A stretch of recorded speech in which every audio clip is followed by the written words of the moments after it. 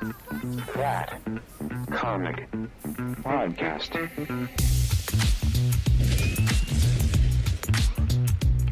Hello, hello, hello. Welcome to That Comic Podcast. I'm your host, Menti, and with me as always are my wonderful sidekicks. First, Mr. Moshko. Huh? Moshko. Moshko. Moshko, man. Where the hell is Moshko, man? No Moshko today, which has not been the case for God knows how long. I have not said that opening without Moshko here in years. So Yeah, that been a was long wild. time. But yeah, Moshko couldn't make it today, nor could Lance, nor could Buzz. But we've got reasons why, so I'll tell you that in a little bit. But who is joining us? None other than P. Feature. Hello, Internet. And then there's Baby Huey. What's going on? What's going on? What's going on? Now, Baby Huey is not going to be producer role, even though he is going to be producer role. He is very much part of today's show because, again, we'll have news later. Am I or am I not? What, I'm so You're like double duty here. Like you're here. Again? Yes. Yeah. Damn it. You're playing two All right. roles today, baby. But we also have. Please add a Huey onto the end of that. We also have a Huey. Please say to Huey. Please say to Huey. Don't call me baby. You just no. There we go. There we go. It's all right, baby. Let me go. Like, I love how we've been trying to introduce this dude for a while, and he's just like hamming it up the whole time for anybody who's actually watching this. We have Mike from Comic Universe, or Michael, because the other one's not here. I don't know which one you want to go with, but I'm going with Mike. Hey, what's up, dude? Hello. Oh, hi. Hi, What's bud. up, man? How's everybody doing? Really good. It's nice to have you on the show again. It's been a long time. We shouldn't have left you Without a I've gotten dope- a little more gray since the last time. without a dope beat to step to. I did that on purpose, feature. Yeah. I was actually waiting here the whole time. I thought Mike was going to catch it. Yeah, you know. No, he won't catch it. You have less grays than I do, buddy. I don't know what you're talking about. Yeah, right? Oh, I'm We're trying. more though. salt and pepper than you are. I like Feature's beard though. Feature's beard is pretty He's nice. skunk striping. He's also you can't tell with the hat, but he also has the Reed Richards coming in. Oh, yeah. Oh, do you? Oh. Yeah, he's got the reeds. uh-oh. He's got the reeds. No, he's got the Yeah. Days of Future Past Wolverine going. Wow. But I will say to kick this show off with some bit of good news. Good old Comic Universe and Michael here have partnered with us Yes. to do something that we've been hoping to do for a very long time. We've been talking about this for a while, and we have the craziest opportunity to do it because we quite literally hijacked our way into it. This year at Super Jersey Comic Expo in New Jersey, we are taking over. And when I say we are taking over, we're taking over their social media feeds. We are going to be all over that place. But at the same time, we now have a gigantic booth partnered with our good friends over at Comic Universe. Absolutely. Yeah, it's going to be a blast. It's going to be huge. So we have multiple tables. Buzz is going to be there. We're going to go over a lot more of that towards the end of the show about what to expect from us at Super Jersey Comic Expo. But obviously the news comes first, and there is a lot of it. Not only do we have to talk about The Last of Us as season 2 just dropped, and that was something to behold. But then we've got Anthony Mackie with some hoping for the best, we'll say, when it comes to Avengers Doomsday. Then we also have set photos, not only from Doomsday, but we also have set photos from Supergirl. We have a lot of weird, gender-related anger for those pissed off about what's going on with the Fantastic Four. Then we also have the Hollywood Demons show that's on HBO Max, which if you haven't seen is pretty wild because they did a Power Rangers episode, so we want to make sure we talk about that. Plus, as I said, we want to talk about Super Jersey Comic Expo before we do our comic reviews. So, actually, do we have anything else? Mike, what did you want to talk about? You had something. Oh, I have stuff to talk about. You always have something to talk about. Couple things. It's amazing, though, because Mike is the most talkative person I may have met besides myself, and yet the moment the mic starts. Well, I'm just trying not to interrupt you so much. Oh, you're allowed to. On this 'Cause show? it is fun. Feel We free. do. It's You know? fine. Go ahead. We overtalk each other all the time. It happens. Well, let's start off with The Last of Us, because I know, Mike, you just got a chance to watch it, and we all watched it the moment it dropped. First off, did we all love season 1? Yes. Good. Yes. Yeah. Yes. Absolutely. Absolutely. Yep. I would also argue the games, both 1 and 2, are some of the best experiences I've ever had playing a video game in my entire life. I haven't finished it, but yes. Yes. It's crazy. It is a heartfelt tearjerker of a story, as well as the action and the gameplay itself. The mechanics are so fun, and that's very rare to get both in a game nowadays. So the fact that this hit everything you wanted it to, and then the show came out, and it was pretty much an adaptation of the comic, or excuse me, of the game, as best as they possibly could. I mean, almost shot for shot at some points. You couldn't help but be thrilled. And Pedro Pascal was just so good that first season. Yeah. Yes. Yeah. Quite Even different. Ellie. Yes, different, but in a good way. Like, I didn't feel like I wasn't watching Joel from the game. He didn't necessarily sound the same, but he embodies that character so much. And honestly, that's why I never really understood why people were so upset with him playing Reed Richards, because he does such a good job of making you feel as though it's not Pedro Pascal. I'm glad He you does said mold something about himself into that character that he's playing. He is a hell of an actor. He is. that. And to He's be very good at honest, that. I'm glad you brought that up because I was thinking that him as Reed Richards is perfect because Reed isn't the action guy, so that will allow him to actually act. And like you said, he's a phenomenal actor. He'll draw you in with just his physical prowess acting, Or you his could say emotional he's range. expanding his role. Oh, look at you. All right, good night, everybody. I think he meant by stretching. He's stretching his talent. See, it's not funny when you explain it. No, I just needed to use the right word. So, The Last of Us. Let's go back to that. Let's go back to Pedro Pascal on the right show here. Season 1 was outstanding, and there was no question that Season 2 was probably going to be good, but I think the big question was Season 1 was the first game. Like, they didn't stretch that out. It was the full first game. So were they only planning on doing 2 seasons? And it turns out, no, they have multiple seasons in the works. So it seems like this season's going to be expanded quite a bit, which is probably a good thing because I don't think people are prepared for what Season 2 is. I am not prepared for Season 2. No spoiler alert. end. I'm not going to spoil the game. I'm not. Season We're 3. not doing that because it is heart wrenching and it goes in a direction you were not expecting it to go. And when the show hits it, it's going to be a big deal. But that first episode did such a good job of setting the stage for the two groups to meet. The return of the Fireflies. Yep. Right. And I think the most heartfelt moment, while some of the action was fun and Ellie being Ellie and being rebellious and all that was still really fun, I still think Pedro Pascal stole the show in a single look without saying a word. Oh, when he looks up, too. When he's Yes. talking to the therapist and he starts to cry because he wants to tell her what's about to happen, but then sucks it back in at the last minute, there was so much in that moment that I felt that was the soul of what this show is able to capture so well. And that's why Pedro Pascal has a free pass essentially to anything he wants to do, in my opinion, because how he's able to take such a moment and sell it in a way that it was like I heard an entire monologue through those eyes. Yeah. Yeah. That was such a great scene. The whole time I'm sitting there thinking, like, all right, is he going to say it? Is he going to say it? Is he? Oh, okay. Like, And then he just says, him "I saved standing your up. life." He almost did. He said, "I saved your Yeah. life." He's just I'm like, oh, man. And shout out to the videographers, the film crew, because that shot alone, like what they did for just zoning in on him, giving us that close up look, just for you to feel exactly what he was trying to display at that moment. You could damn near see a tear get sucked back up into his eye. It was wild. But the action was really good too. All right, go ahead, Mike. Well, hold on. You got to give a shout out to Catherine O'Hara, though. Oh, Because yeah. her little, how you say it? Speech, monologue. Yeah. I was about to say soliloquy, but that doesn't make any sense. To To a point. kind of. Either way. Monologue. Yeah. She's so good that when she tells him how much she hates him, you could see it in her eyes, like she's crying about it, but also feels bad about it. So those two together in that scene definitely stole the episode. And that's for what gave me, him, at least. well, you know? it's what gave him that moment. I mean, Yeah. without her having that somewhat of a controlled breakdown to try and get him out of his shell was so powerful that I think it allowed Pedro Pascal to deliver what I thought was one of the best silent moments I've seen in anything in a long time.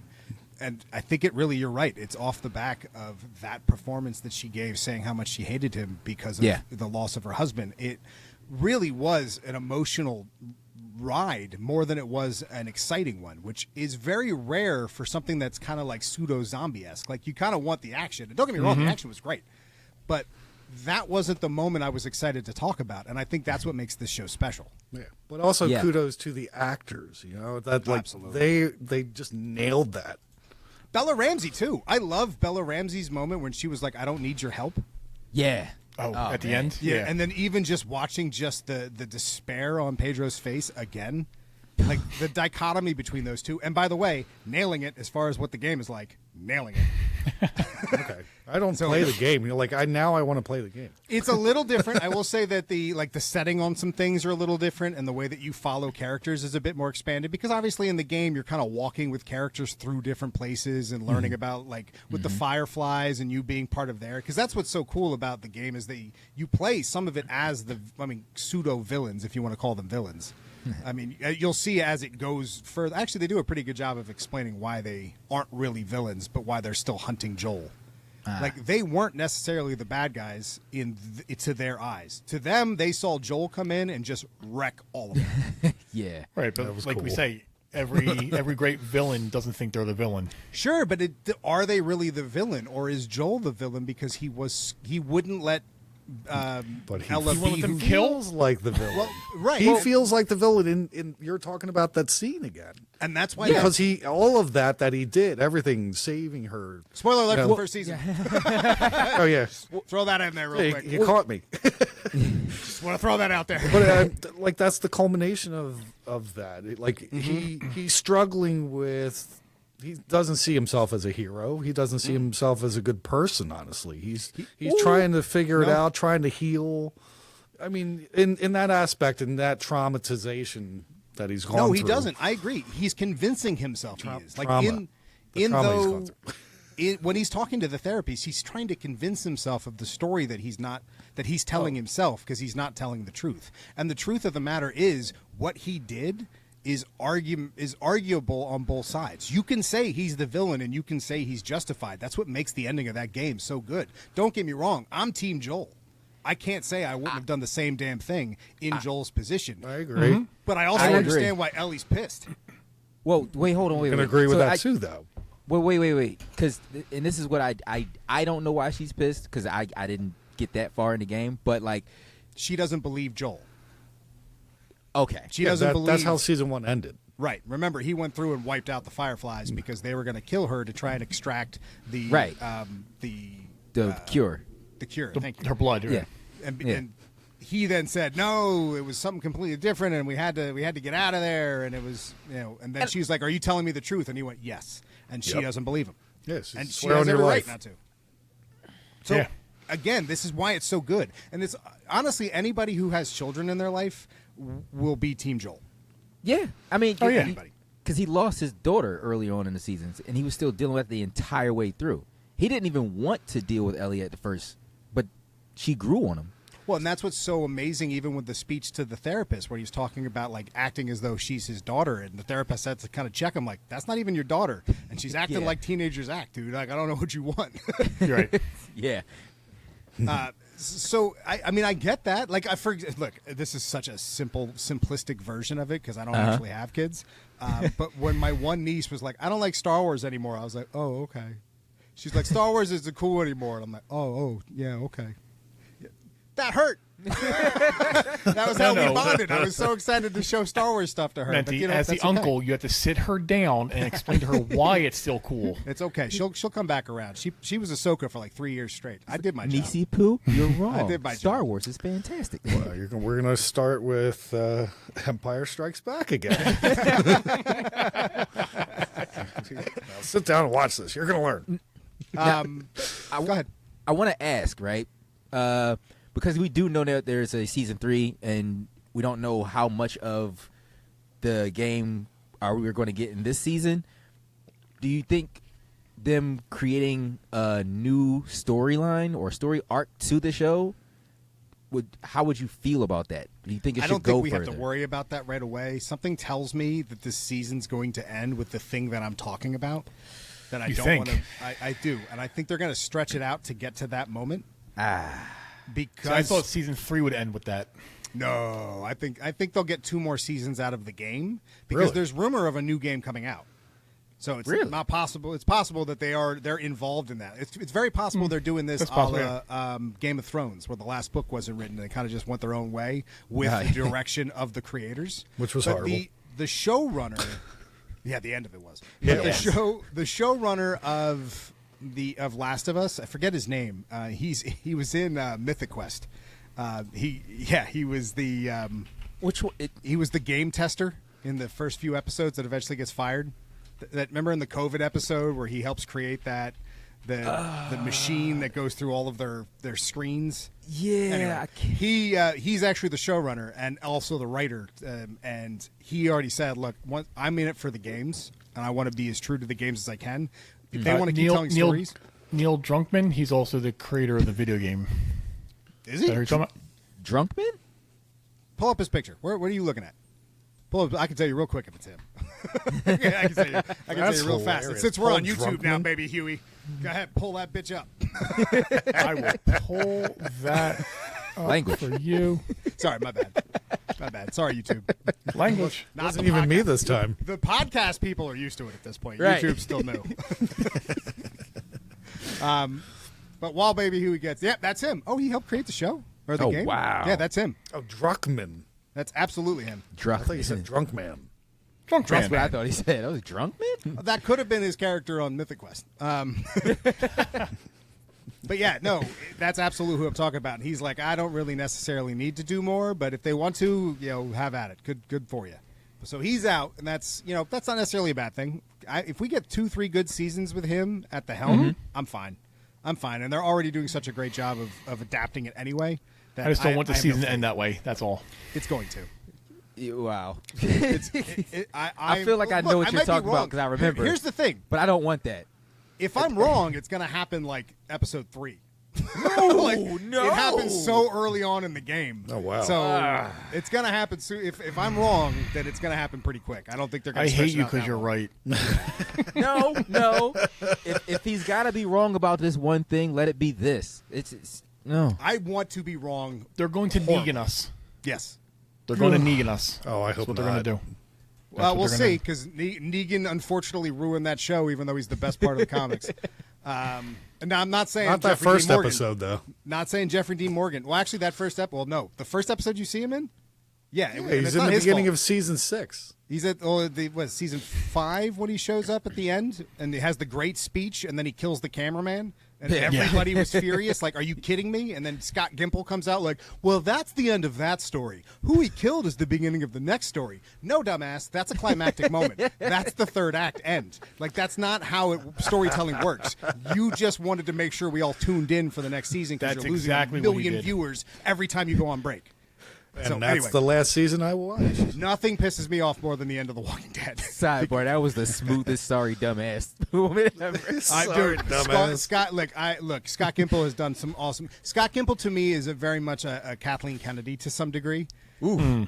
Because he's done amazing things, but the way he treated the show like a cash grab and didn't really care about the like, hell, it was like a Dragon Ball Z episode where the entire episode was a gunfight. Then they stopped and went right back to the gunfight in the next episode. It's like, can you push the story forward at all, dude? Showrunner, come on now. They didn't finish screaming yet. And they weren't even they were close to each other, so they were just all terrible shots for 2 hours. Anyway, I don't want to. Let's not go back down Walking Dead's path. We don't want to anyway. We had a Walking Dead podcast, and it got so bad we stopped doing the show. So yes, Last of Us, I think, is going to be the next big thing that we're all excited for. And coming off the end of Daredevil, moving right into Andor, we're eating well. Yeah. We're eating well right now. 2025, baby. Yeah. Year to nerds. And you know what? Let's Absolutely. just bring up one quick thing with Andor, because I know we talked about this last time, where the whole debate on whether or not Star Wars should become more adult because some of the topics that they might involve in season 2. And if you don't know what I'm talking about, I don't want to rehash it. Go back and listen to the last show. But I think that answer is kind of set in stone with some news that Buzz sent us that I actually didn't look into, but now that I'm remembering it, I feel like we should at least mention. There's rumor that the showrunner of Andor might be moving towards a horror-based show afterwards, set in the Star Wars universe. Oh, that'd be awesome. Yeah, I kind of like that, which kind of hurts my back and forth of last week when I was like, well, maybe it shouldn't be too adult. But So now what I does that kind do? of want Make that. it aliens? I don't know. Like that type of movie? Could. Hey, I would take that. Well, absolutely. I don't know what it could be, but I love the idea of it. Be actually like more cutting in the lightsaber. You know what I'd really like to see is them having the lightsaber and accidentally cutting a finger off. You know what I mean? Like, I'm you can't do that perfectly all the time. Dude, Yoda decapitated 3 people. Like, I don't know if, as far as adult content is concerned, they can't say violence because it definitely, dismemberment is a normal part of Star Wars. Yes. Honestly, that's Yes. true. It's that part of it desensitizes you, so it's not that It's horror just when they aspect. start. Yeah. It's when they start getting to the specific thing we talked about last week, and because I'm not quite sure about the YouTube rules, and now that we're on YouTube, I'm trying to be a little smarter about how I say things. But again, go ahead and listen to last week because I'm sure nothing happened with that show. I'm sure that was demonetized because I didn't know what I was doing. Actually, what they're thinking is taking it like the Terrifier, so they'll cut the person in half instead of a All right, you're chainsaw. It's a lightsaber. You're done. They go You're real done. slow. You're done. Now we're demonetized. Thank you. We're finished. Finished on that. You know what? I was thinking we have so much Marvel stuff to talk about. Let's actually switch gears a little bit. Huey, let's talk about the Hollywood Demons real quick. Let's talk about another HBO show that kind of flying under the radar a little bit. Maybe to at least I guess me. I shouldn't say. Maybe other people love it. To me, I had no idea what it was, and then all of a sudden I saw there was a Power Rangers episode, and I was like, well, I have to watch this. Of course. But, oh my goodness, I almost wish I didn't. It's a rough watch. It's a real rough watch. So why don't you give a little breakdown on what I'm talking about? Okay, so the show you're talking about, Hollywood Demons. So far, right now, there's 3 episodes out. The 3rd episode is about Power Rangers. First 2 episodes talk about one's about Seventh Heaven Dad. The father from Seventh Heaven. Second one's about the kids growing up and like Zachary Ty Bryan from Home Improvement. The third one is Power Rangers. And It's essentially like the behind-the-scenes stories of things you loved in your childhood, but how dark they really were. I mean, Yes. that's really what Yeah. it's doing. And Power Rangers is way darker than I thought it was. Yeah, I knew some stuff about Power Rangers, but not this. They go into some detail about some of the other Rangers and how they've had brush-ups with the law. Couple how they've unfortunately committed suicide, and they touch on Jason David Frank's brother. And then it kind of ends with Jason David Frank and Well, before we even get into the whole Jason David Frank part of it, the Austin St. opening, John. well, the opening of it was interesting just in and of itself because of how little the Rangers were paid, even though the show they were in multiple movies. Like the reason why they lost the Rangers in the beginning, why Kimberly and them left, is because they were making nothing. Kimberly stayed. Austin St. John left. Who also didn't realize he committed COVID fraud. Yeah. Yes. Had no idea that he started fake businesses to like The 93,000. That's wild. That's But then again, 6,000? this is a dude who was in a multi-million-dollar profiting franchise and needed to commit fraud. which is crazy. Like, I'm not saying I'm defending him by any means. That's still a scummy thing to do, especially in a time where people really needed help. But it's amazing that somebody who starred in Power Rangers in multiple seasons and multiple iterations was in movies is still needing to commit fraud to be paid. because they were making peanuts. Peanuts, man. Man. Like I don't know exactly, but if you probably average it out, they were probably getting paid $5 a day for the hours that they were working. They were And working. the danger that they were worked putting themselves days. in. Oh yeah. Yeah. They were doing a lot of their own stunts, so they would Yeah. hurt. Like, it was amazing in the beginning hearing Trini say, like, I don't know if I can do these next scenes. I hurt my leg again. And the producer's like, no, you didn't. Yeah, right. And they just made him go anyway. Oh, wow. Yeah. Oh, you What didn't? is this? Crazy. Jeez. What? And it didn't get much better when Disney bought them, it seemed, either. Got a little bit better because then they did start getting some professional stunt people to do it, but the hours. Oh, that's were still right. bad. Remember they wouldn't let the dude run up the stairs? Yes. That's right. They went a little overboard. That's right. They were That's like, the second favorite Ranger, Time Force Red. But then, speaking of the Red Ranger, there was also a wild story with one of the Rangers stabbing somebody with a sword From Wild Force. from Wild. That's wild. Yeah. And he was living on a farm. Like, Yeah. the stories that I don't need to go into the entire details for all of this stuff. It You can sounds like he definitely had a watch it. conversation with Howard Chaykin.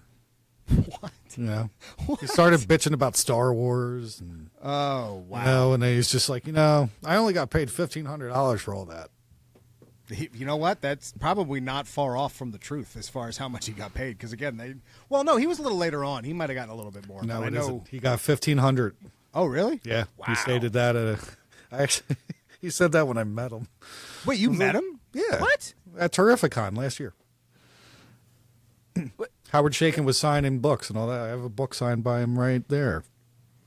Wow. Oh. Okay. That changes a lot of things. He signed my book and says to the worst fucking comic book store in the known universe. And I quote that. Okay. Cool. Language. Because I actually he wrote that though.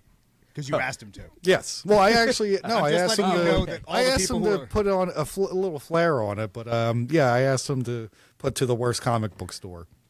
So he doesn't have the worst comic book store for those who are listening. No, I really don't. Definitely go check him out. But I do have a sense of humor, and I thought that was really funny.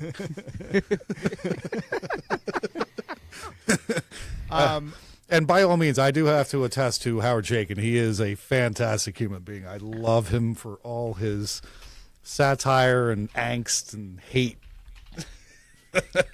He's awesome. And we're talking. Are we talking? I feel like I don't. I'm know talking the about name. Howard Chaykin. Sorry, Yeah, I just took over that comic podcast. a little bit. Look at me. Even though you can't see me, look at me. I'm that comic podcast now.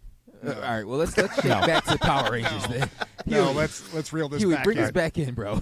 Sorry. Yeah. Back to the Red Power Ranger, the Apple Red one. Well, no, whatever let's- you're talking let's- about. Let's move on to the crux of the majority of the story, which was Jason David Frank. Because Yeah. first off, for anybody who's been going to Comic Cons for a long time, I know Jason David Frank means something to you. I think anybody who's lived any kind of con life has. I mean, a little hard to say. I have a hole above my head. All the Green Oh. Ranger stuff. Right there is a sign that on the wall behind me is all the original Power Rangers signed for me. There's Jason Listen. David Frank's right behind my head. Yeah, that's I cool. mean, There you hell, go. I got the Green Ranger helmet right below my what's it called the. Yeah. I shipped my Dragon Dagger is over there. So Jason David Frank has Yeah. meant a lot to a lot of people for a long time, and it's because he was so passionate about his fans, and he was one of the only Rangers to really just own the fact that that's how he was known. Right. But what was dark about it, which is something I never even considered, was that he started opening up to mental health discussions with his fans. Yeah. And he started becoming like the shield for all of them. So all of a sudden he was talking about how important it is to open up and how important it is to seek help for mental health reasons. And all of the fans started coming up to him, telling them about all of these things they were going through. And apparently he used to give out his email and stay in contact with them. And I don't know if you've ever seen Jason David Frank's line at a comic convention, but it can rival anybody's. Wow. I mean, his lines, and it's because he became royalty. It was almost like how Lou Ferrigno always had a line. You know what I mean? Yeah. Like, it just became because you were at a convention, oh, Lou Ferrigno's there. Oh, Jason David Frank's there. Jason David Frank, but he was also the only one who would jump over his table and have, like, fake fights. Like, I love that they said in the documentary that if his line was too long, he would change hotels and flights to make sure he could be with every single fan and give them all a moment. Yeah. That That was great. I mean, he Yeah. really is I mean, look, there was when I was very young, I got to go to the set of the Power Rangers in season 2, and I got to meet him. And he pulled me aside and he gave me this cool, and it's something he didn't have to do. He gave me an entire martial arts lesson just out of the goodness of his heart, and then which meant the world to me. And then all of a sudden, like several years later, for the Turbo movie, Huey, you can help me with how long ago that was.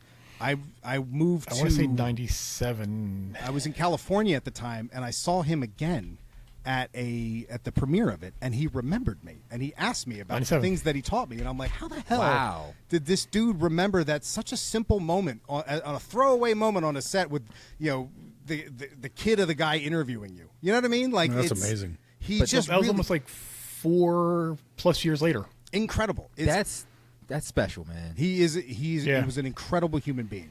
But I didn't know that he had a brother. I didn't know that his brother was on Power Rangers, and I didn't know that his brother also took his own life.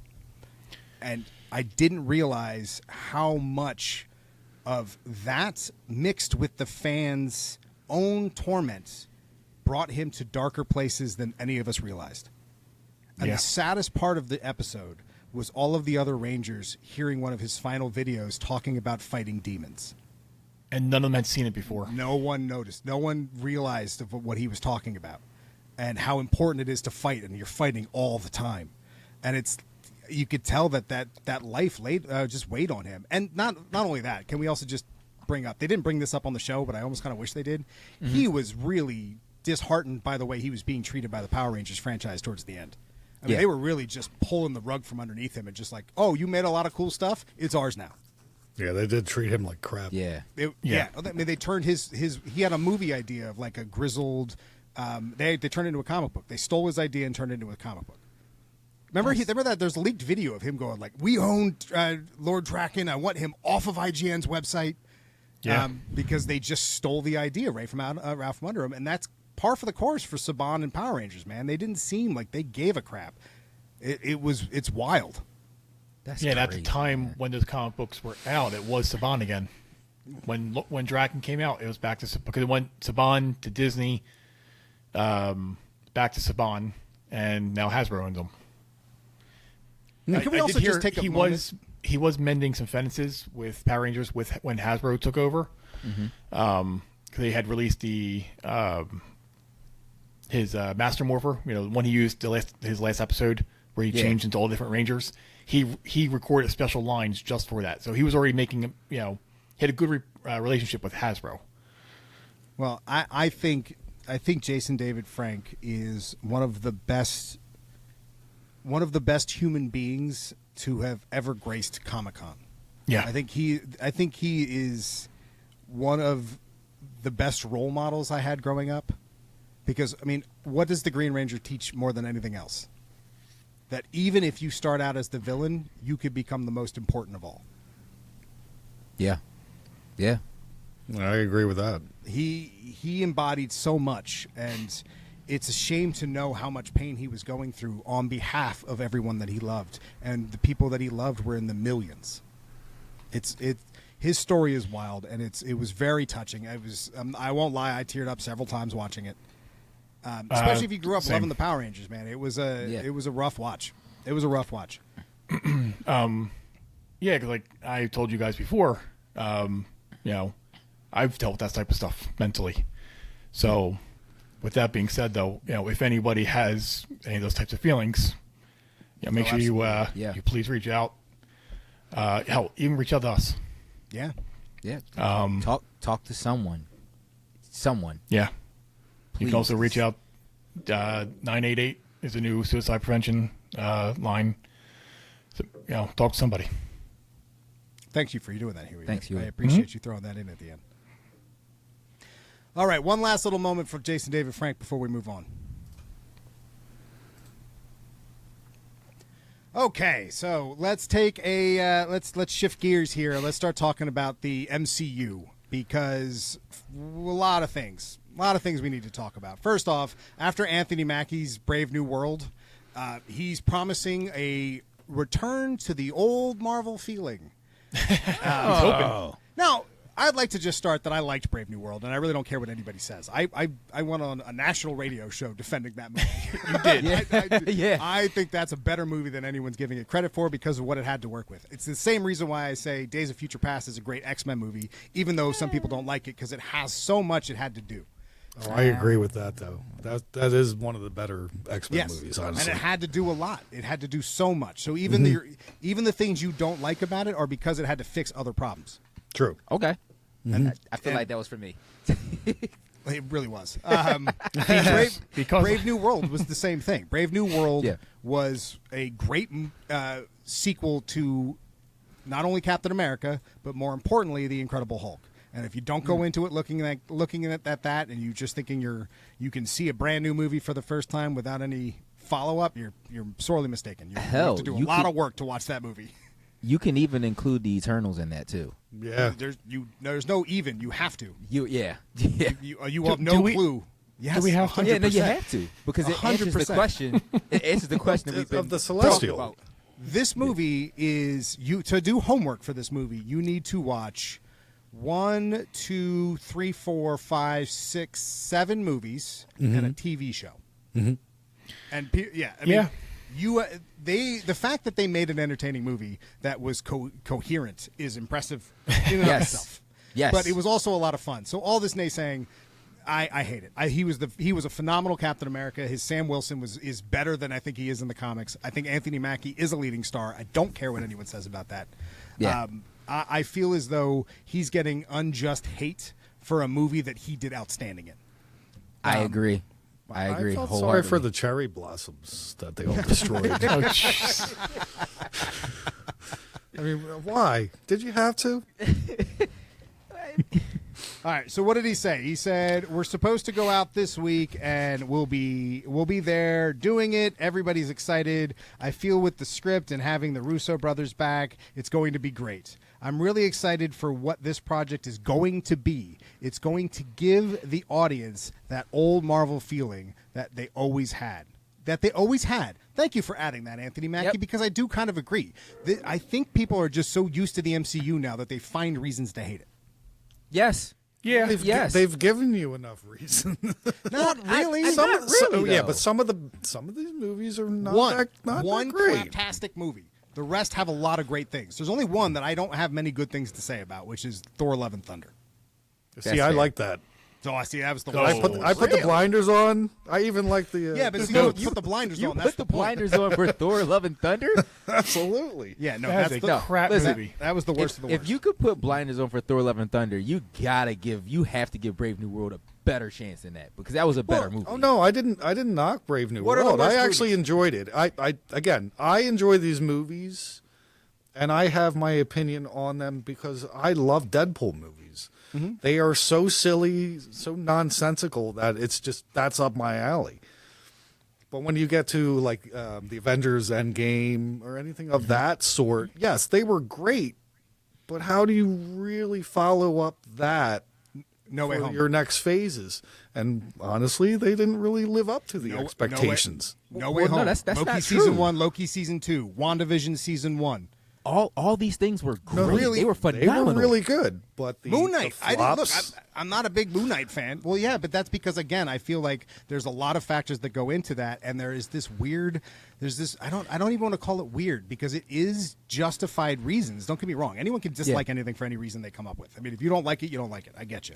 But I think people are going into these projects now looking for reasons to be mad, opposed to looking for reasons to be excited. Yeah. I think they're cherry picking things to be upset about. It feels like the Eternals. day and age, though.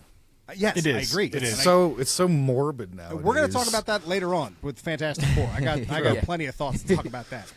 But I don't think the last couple phases were as bad as everyone has made them out to be. I don't think that they're the greatest. They're not as strong. But phase 2 wasn't as great. Yeah, Phase 2 You know what probably I had mean? the worst iterations of the films that we love. Thor 2, not a lot of people like it. Iron Man 3, not a lot of people like it. Avengers: Age of Ultron. Well, now for some reason people are considering it a classic, but at the time no one really liked it. No, So my everyone point hated that is when it that- came out. I liked it. Yeah, sure, but it was not critically acclaimed like most of the Marvel movies have been. Phase 3 and Phase 4 seemed like everything was a win. Everybody liked everything. Black Panther knocked it out of the park. Doctor Strange knocked it out of the park. Spider-Man was doing really well. I mean, everybody's movies were doing something. They were doing numbers. Good writing. Yeah. Well, see, I don't disagree. I don't think Eternals is bad writing. I think Eternals no, is interesting because it has no villain. Let me add into that. Eternals was not a bad film. It was a different film for Marvel to do, which is what people have been asking for. And they just don't. They did not. It was not appreciated. It gave us a solid story. It gave us new characters. Introduced new characters. Well, I and- did that in a shitty way, so I don't agree with you there. It should have been a TV show. I completely agree with everyone's criticism that it should have been a TV show because so many of the Eternals just feel like side characters that are sidelined by the third act. So true. yes, I agree with you. I agree with that. Should have been don't- that should have been a season, like maybe 100%. two. Just a I special. don't- Just I give don't me, disagree with that at all. But I'm not going to say that was a bad film though. That's and all. that I agree with I'll you with say that. it's a No bad one's film. arguing that. Well, then what's bad about it, Huey? Yeah. The freaking my biggest problem with that was the little kid, the whole Sprite? Oh, Sprite. Sprite. Oh. Yeah, What- she what fell about in, Sprite? she fell in love with Icarus and goes, I'm gonna be bad now because he's bad. Well, That's basically what happened. That was stupid. Yeah, but he wasn't The way necessarily you said bad. it was pretty. See, this is what now I'm I trying- hate the movie. Stop, guys, for a second. Just everyone stop. That's the point I'm trying to make. Is there is no bad guy. Icarus is not the bad guy of that story. The Deviants are not the bad guy of that story. The Celestials are not the bad guy of that story. There is no legitimate bad guy because they all have justified reasons for what they're doing. The Deviants don't want to be wiped out. That's fair. Right. They didn't ask to be put on the earth to do what they did. They were created specifically to then be killed later. So them trying to survive, I don't blame them. Right? Yep. Icarus wanted to do what the Celestials wanted to do. Which is what he was made for. create life Create, yeah. in universes, which is way more important than Earth. But I understand Earth for not wanting to be destroyed, and I understand the other Eternals for not wanting to destroy the place that they fell in love with. That's what makes the nuance of Eternals so great. That's Yeah. the thing that I don't think people really care about. They like it's flashy, and I think the biggest problem is that you don't really care for any of the characters because they're trying too hard to shoehorn too much into an hour and a half, 2 hours. It's probably longer than that. And that's where I agree Yeah, that it that's should have fair. been a show. Yeah. If it or say it was a limited 2.5 series, like a 2.5 hours. like three episodes of like an hour and a half or something like that. No, It gives you I- it gives you even that more than extra time to build up the characters because Every character like, should I have had never their own. read the Eternals as a kid. No one one does. did. Like no one yeah, did. so again, Jack Kirby you're, fans you're love right it. That's about about the you're right about the people. They don't know these characters, so you're just jumping on the fact that they're Marvel. And You know what they could have done? The fact that we're going to throw them out there, we're going to introduce you to them, and then here you go, they're going to fight. Was there Okay. like there's like what 12? There's 12 Eternals or something like that, right? Yeah, I mean it's a Right. lot. Something like I thought it was like Right. 8, but still it's Whatever. a lot. Here's Give the us thing. like a spotlight for each one. That's Yeah, I but just said that. yeah. Absolutely. Absolutely. Eternals- That's exactly what I'm talking about. Eternals suffer from the same thing that the Inhumans suffer from. Point blank. Period. Oh, I have to. What do you? I the agree. Inhumans suck, The Inhumans so. was not good. I got 10 minutes into that show and I said no. I know. This is. I think Eternals isn't a bad movie, even though I probably won't watch it again. So let's be honest, it doesn't have rewatchability after you watch it the first time. Right? I agree with that. It doesn't have 100%, rewatchability. yeah. But it didn't mean I walked out of the theater like this was a waste of time. I thought Oh, it I was did. unique and interesting because not one Marvel movie has ever taken on villains in such a way. Yeah. You just said there were no villains, so That's the point. That's the point. And the other so they thing we didn't take don't on the get, villains. Well, they did because they all saw each other as the villain, but they were all justified. Like you like to say, all the villains believe they're doing right. Well, I mean, the movie also left them open to come back at some point. I mean, there's too Sure. many of them, and also the Celestial now being in this phase. Like, there's got to be something, or don't think- that's we're just never- a one and done. And it's like goodbye. It got panned too much for them to want to go back to it. It's too much negative press on that movie is guaranteeing that we're not going to see what I thought we were going to get. We talked about it for a while that there was rumor of a Galactus Arishem fight in space happening while a lot of this stuff was going on, like in the background. Because remember, we saw Arishem, what he looks like, Yep. showing up to Earth. Do you imagine if there was a brawl between two space gods right outside of the battle with Kang and stuff? I mean, there could have been a lot of cool stuff there. I think that could still happen. And the last thing I want to say about this is that's the one thing that people don't give the Eternals movie credit for is that it expanded the Marvel universe. Absolutely. Well, it gave us Wolverine, so everyone can stop complaining there. That is true. But I have one question: how big is Galactus? Well, he changes his size to whatever he wants. Yeah. He's whatever he wants to be. He doesn't even look the way you think he looks. Yeah, he doesn't have a shape. Yeah. He has a suit that kind of contains him, but if the Skrull look at him, he looks like a Skrull. So he only looks like a person because people are looking at him. Yep. So technically, All right, well- Fox may have gotten it right. Actually, the more I think about it, like Stop when it. he shows up to Earth and he looks and everyone looks up to see that big shadow. Yeah. Dogs are seeing a big giant dog in the sky. Birds are seeing a big giant bird in the sky. I would love to see a version of that where all the wildlife is like, what the hell? That would be pretty big cool. ass squirrel showing up. This is the biggest chicken I've ever seen. With that purple helmet. That'd be crazy. Anyway, all of that is to say that we have some set photos to talk about. Longest setup in the history. You guys are welcome. No, it's called Phase 1. No, yeah. The Eternals isn't the worst thing that Marvel's ever done. That's Thor: Love and Thunder, no matter what comic universe has to say about it. Oh, in all honesty, it was bad. Don't get me wrong. I thought Screaming it goats. was funny. How you made the screaming goats joke annoying is wild because I laughed my ass off, but by the end I'm like, shut the hell up. Yeah, there was like 2 times too many. Well, it's because he wasn't really paying attention to that movie. I mean, at the Leaked end of photos. at the end of the day, he said multiple times, "I'm only doing this for the paycheck." So, Yeah. what did you expect to get? All right, Well, I so mean, let's talk about some. that's leaks. what we got. Well, I think the first thing we need to talk about is this leak of Robert Downey Jr. that everyone keeps saying is real, and it's also now I'm seeing that a lot of people are saying it's fake. So take everything we're about to say with a grain of salt because this photo is popping up everywhere, and now I'm seeing that it's fake. But the rumor was that this is our first look of Robert Downey Jr. as Victor Von Doom. That doesn't And look from like him. What we saw in they Hold on. might do that on purpose. Let him cook. There's a possibility that in Doomsday he's trying to show that he is more an ally because he has the face of Tony Stark. So we might not wear the mask in the beginning, which I think is ridiculous because, again, he needs to be scarred up, which is the reason he wears the mask in the first place. Right. But I also heard one really crazy rumor, and I love this if this is true, that it's a What's that? version of Tony Stark that survived the snap, and that's why his face is all messed up. Yeah. I did, yes. Oh, that'd be cool. So that's why he wears that kind of mask at all times because he's ashamed of what he was left with, and that at that fight, a lot of people died. But anyway, here nor there, that's probably not real. Yeah, but Most of the stuff that makes sense for the mask, though, because it does look like Iron Man a little bit. it does And- if you believe that which a lot of people do, that he was always Victor Von Doom and he was never Right. Iron Man. But I don't necessarily believe that. I think Yeah, I he's don't playing believe a that. different character with the same face. And if that picture is real, that's very infamous Iron Man looking. Yes. The armor. And by the way, all the people who were upset about it, who were like, well, hold on, why does Doom have the same face as Robert Downey Jr.'s Iron Man?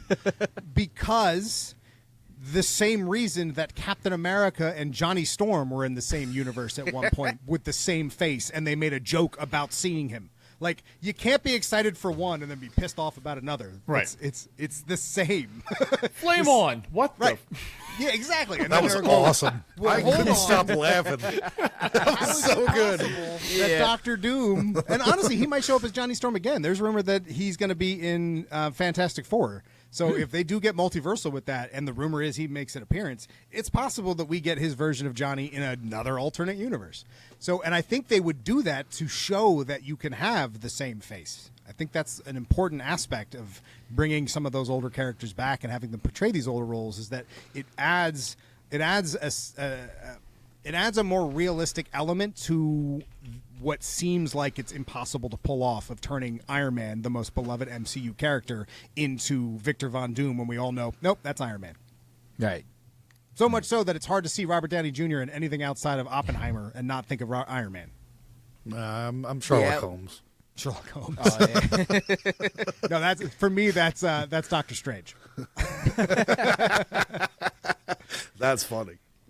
But you know what and I know people are tired of all the multiverse things happening, but it does open the door up for a lot more storytelling. So when we don't have like super huge arcs, we can get into maybe some live action what ifs, but like a really good story. No, It's no, also no. it's also a way to No. kind of get to the next generation of actor too, because Which is if you're also really true. going to keep this going in certain phases, you have to realize that they're not going to always be there to do the roles, or they won't do it, or Yeah. you know. Well, that's why Sam got the shield. Yeah, and That's Oh, no, exactly why Sam got the shield. I mean, I think exactly. That's a great example. it's why they gave it. That's why they gave it to him in the books because that was an inevitability. and we Also, part of the reason why the Thunderbolts is coming out too. Yeah. And we talked about this before. I think most of the heroes that, if you can, where they're turning them into mantles, so it won't just be the one character, and we can keep making these movies. Because whether or not you're the biggest comic fan in the world, we all have to admit that the movies make exponentially more money. So if you're trying to make decisions based on the future of characters, you're going to be thinking about the franchise in the theater more than you're going to be thinking about it on the rack. Of course. Yep.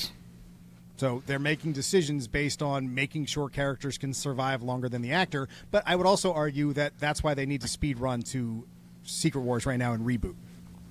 Yeah. So, and that's what we're getting. So let's move into some of these photos because some are going to make you happy, Features, because it seems like Cyclops is all over this damn thing.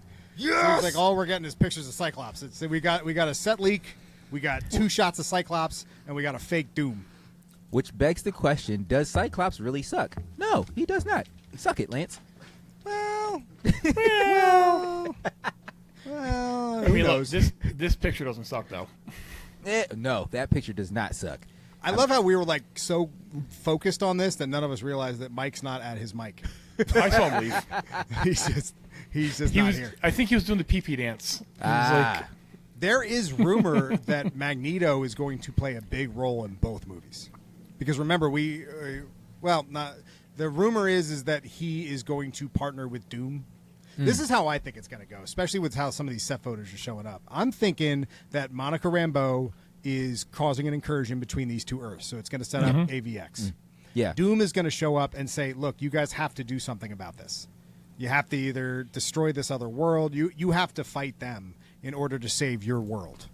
And that's when both of the heroes realize that he's really doing this, because I don't know if the damage is already done, but maybe send Monica Rambeau back to the correct universe. Does that stop the incursion from happening? That's a good question. I don't know if it does because it's already started at this point. Mike, what's your thoughts on it? Yes. But Cyclops does suck. I thought that was really funny. I'm like, yeah, he does really just kind of slough that past life off.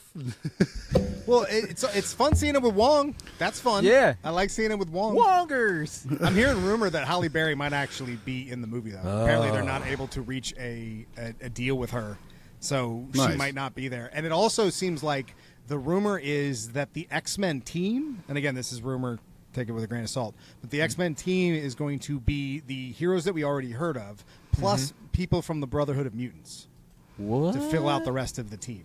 So Magneto's brother, and it makes sense if they're trying to fight for the survival of their universe. Oh my God, that they is would Blob band coming together. back?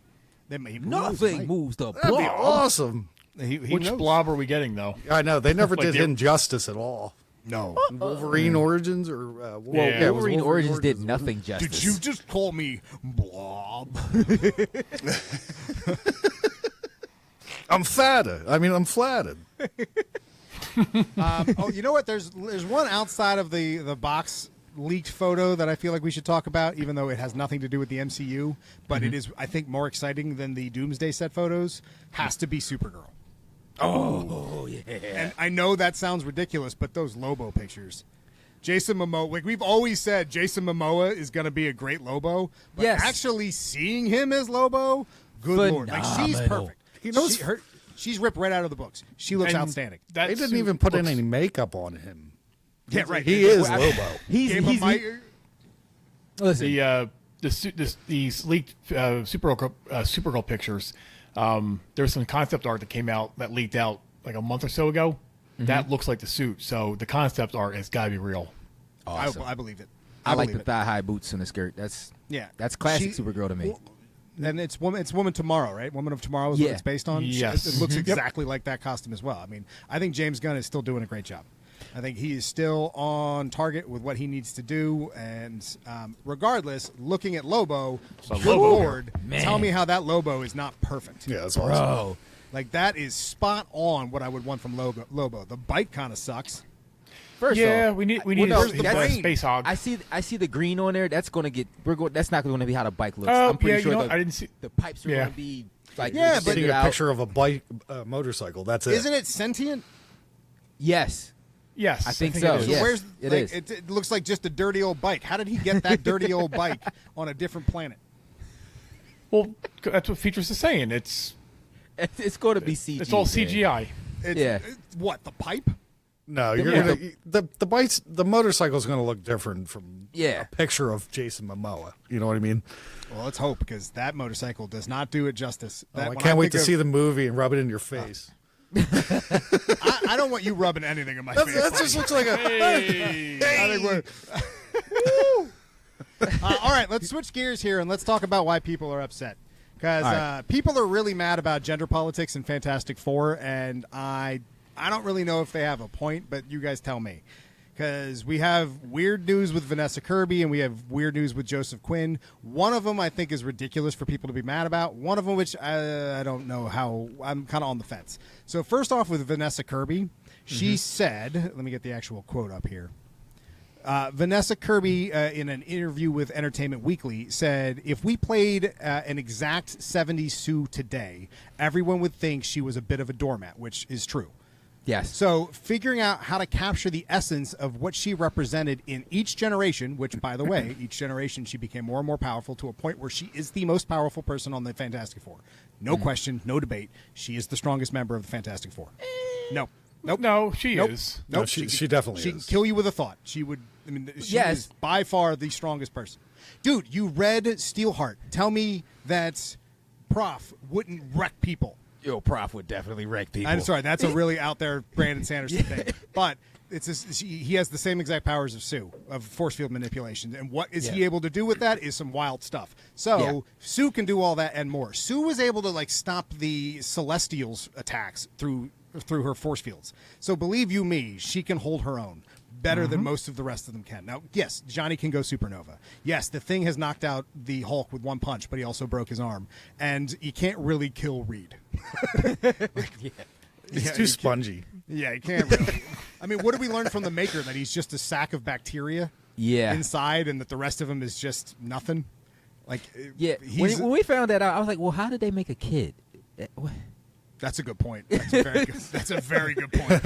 You know what I mean? That's I only actually- only I really Reed don't- knows that. I don't want to think about that any further. So I also big F you for putting that thought in my head. Wait a minute, didn't Nathan? Nope. Nathan Nope. wasn't Nope. feeling Nope. too good. Nope. Nope. Nope. Stop.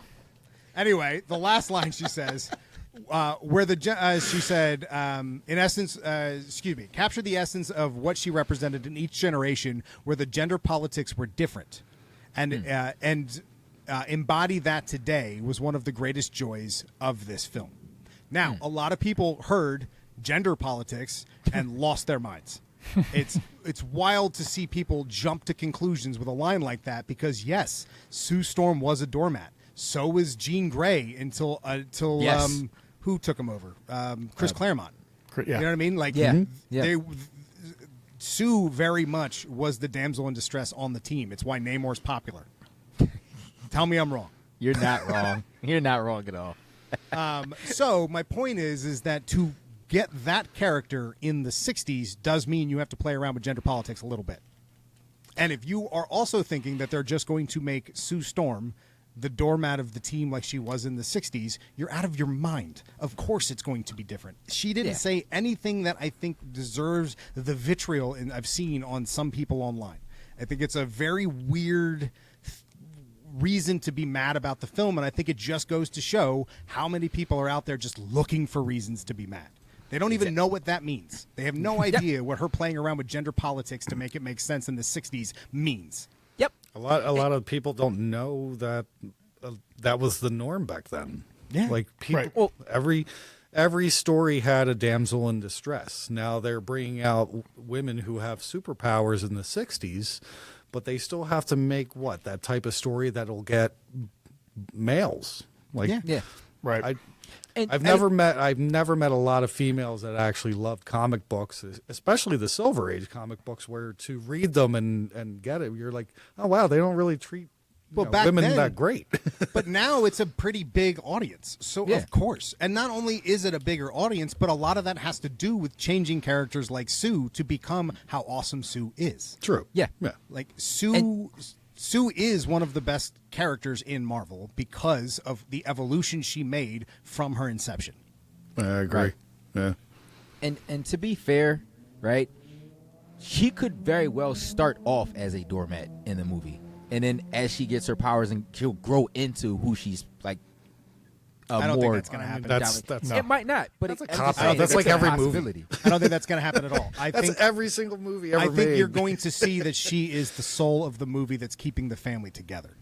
I think that's Yeah. what you're going to find out. I think you're going to find out that she's pregnant with one of the most powerful beings in all of Marvel, trying to then keep her family together as they travel the multiverse and deal with Galactus. I mean, there's a lot of things happening while being pregnant. I mean, rumor, but she's apparently supposed to give birth in space.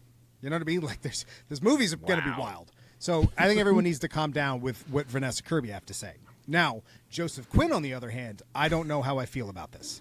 So Joseph Quinn, he said about Johnny Storm, he said, he was branded as a womanizing, devil-may-care guy, but is that sexy these days?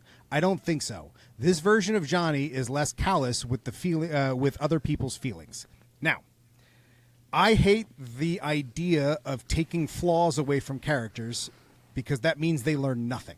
This is exactly what they did in the last Airbender to Sokka.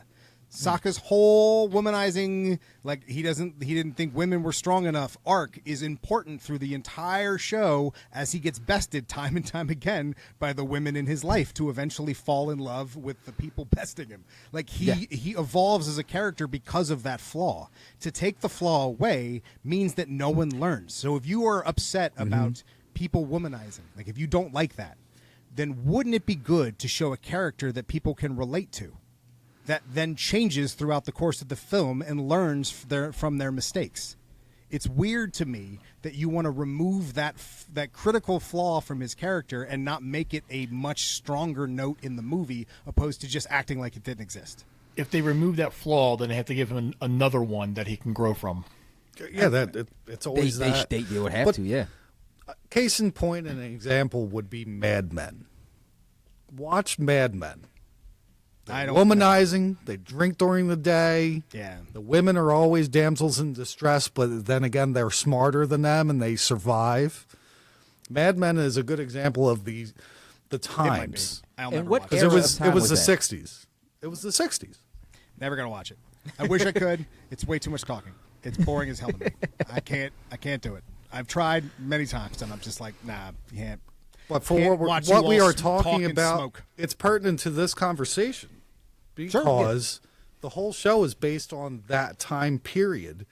And the time period was those people acting like people would normally act in the 60s. And they were basically male chauvinistic pigs that Let's would also drink the keep- whole day during work. And while, yes, I think that is a phenomenal analogy for the 60s in modern day times, or excuse me, in our current reality, the Fantastic Four world is developed by the Fantastic Four in the 60s was more technologically advanced than we are. So we don't know what this version of the 60s looks like. And, Right. and to your point, Huey, when you said they have to give him something new, they're going to turn him into Michelangelo. They're just going to make him obnoxious and childish. I don't think so. From the couple clips I've seen, Oh, you meant the he's- turtle. Yes. No, not the painter. It's a comic book podcast, man. My bad. I'm on the wrong one. So Michelangelo. they've been putting out a tweet every day at 7:00 saying, be on time. You know? And then the other day they were late, so they put out a 4-second clip of Johnny being like, let's go, you're late. So I think he's going to be a little more. Well, they could be giving him I don't crap think he's because gonna he be was late. Because he was late a bunch of times, and then this time he's on time, and now they're late. Maybe, but I don't think they're going to make him Michelangelo. No, but I think you're absolutely right that he's going to have a flaw. And can you give me a flaw that's still on brand with Johnny Storm besides childishness? Well, childish, you can make it that, yes. Well, that's why I said Michelangelo, my friend. That's exactly why I said it. But I'm thinking Michelangelo. I'm thinking more slapsticky. Well, but he is the more just slapsticky goofing one of the over. group. Yeah, he is. Yeah. He is. He very Now much I want is. pizza. Especially how fame goes to his head, which is an important part of his character. Yeah. So I don't know if necessarily it's the best idea to get rid of those kind of roots for his character, because it is such a good evolution for him that you're just kind of kneecapping your own characters before you ever get a chance for them to grow or relate or whatever. Well, he's also young. Well, In the original Fantastic Four, they're all young. yeah, but he's the youngest. And Right. He's more like the kid. So he's Right. the kid, the childish, the obnoxious Michelangelo? teenager. Yes. The thing I said, No, I'm trying to do a different spin on your Michelangelo.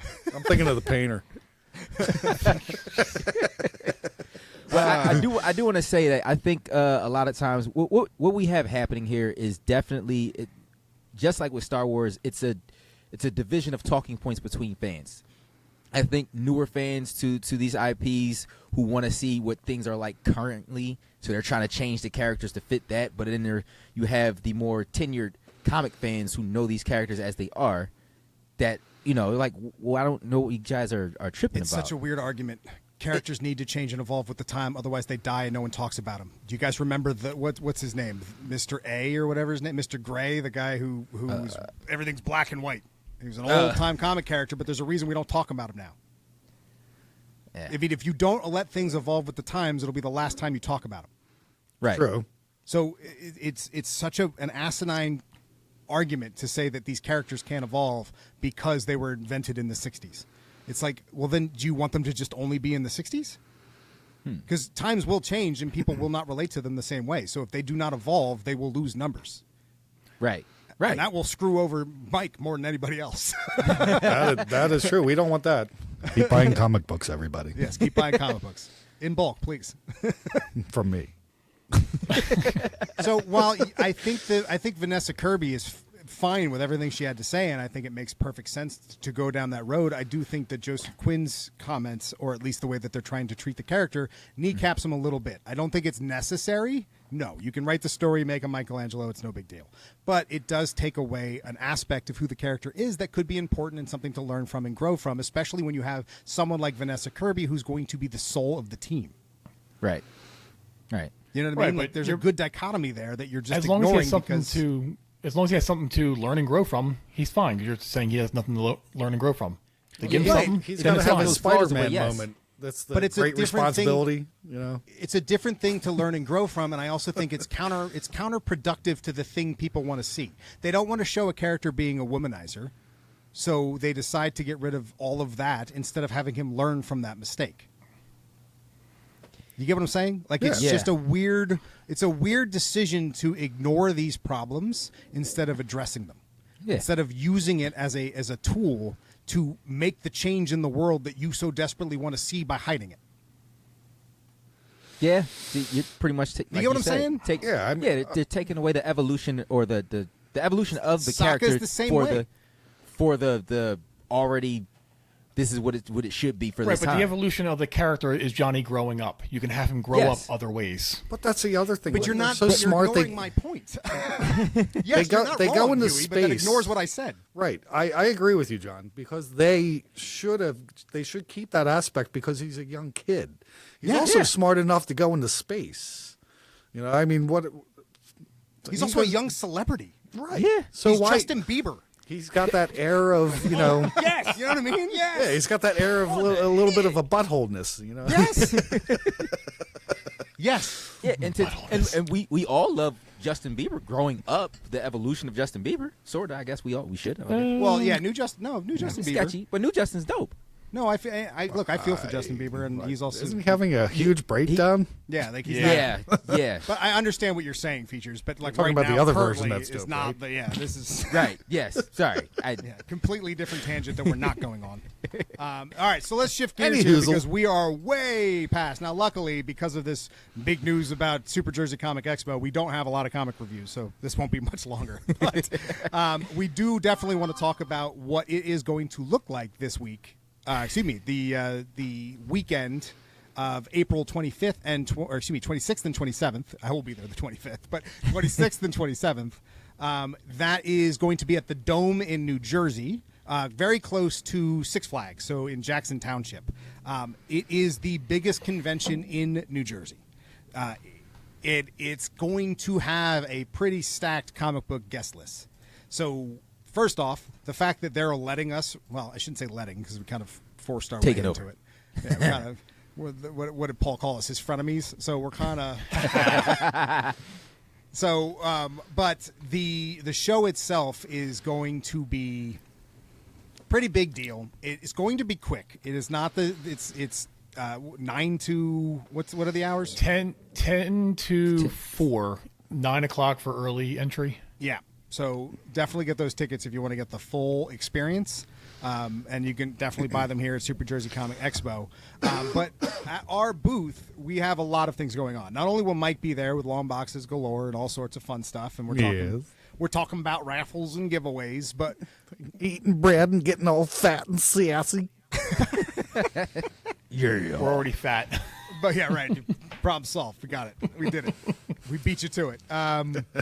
But we also have Derek from Gatekeeper Media is going to be there. And we actually have, oddly enough, going back to our disc golf days, we hopefully we're going to have a disc golf game available with some giveaways for depending on how well you do. If you watched my stream before, back when I was playing that disc golf online game, we're going to bring that to the convention. And if you were able to make a bunch of the shots, you're going to be able to win prizes.